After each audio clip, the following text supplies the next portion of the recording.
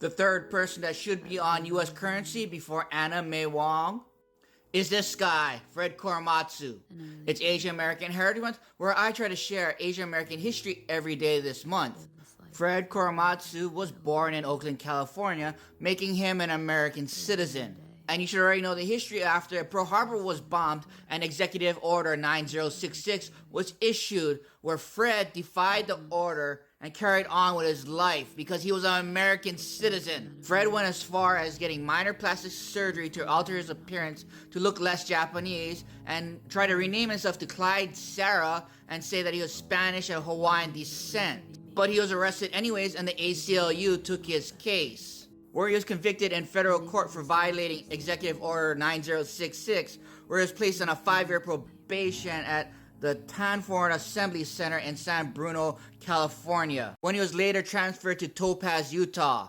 And you should know this case because Korematsu lost his landmark case in the Supreme Court 6-3, where they're declaring the incarceration was not caused by racism bullshit, which was justified. The Army claims the Japanese Americans were radio signaling enemy ships from shore and were prone to disloyalty. No, that's racism! Where they called the incarceration of the Japanese Americans a military necessity. Yes, the dissenting opinion by Justice Robert Jackson called out the lack of evidence to justify the incarceration.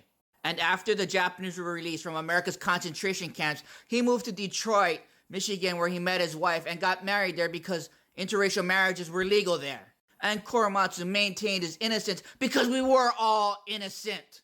It was in 1980 where President Jimmy Carter appointed a special commission to instigate a federal review of the facts and circumstances that incarcerated the Japanese Americans, where that commission found that J. Edgar Hoover of the FBI, the FCC, and the Office of Naval Intelligence and other authoritative intelligence agencies categorically denied that the Japanese Americans had committed any wrongdoings. These official reports were never presented to the U.S. Supreme Court and has been intentionally suppressed and in one case destroyed by setting the report on fire. And after that was found, the U.S. Justice Department had the gall to offer a pardon to Korematsu if he would agree to drop his lawsuit. In rejecting the offer, Catherine Korematsu remarked that Fred was not interested in a pardon from the government. Instead, he always felt that it was the government who should seek pardon from him and from the Japanese Americans for the wrongs that they committed. So on November 10, 1983, they overturned Korematsu's conviction. But that wasn't all. He traveled to Washington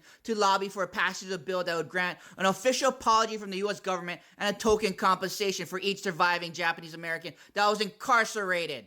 After the bill passed, President Ronald Reagan was initially opposed to signing the redress, but he gave in on August 10, 1988, passing the bill. Yeah, America apologized for that damn mistake. But Fred wasn't done yet, because in 2003, he filed an amicus brief with the Supreme Court for what was going on in Guantanamo Bay. And he did it again in 2004. But given today's current events, American society, especially the government, has not learned its lesson, which is why he should be on U.S. currency.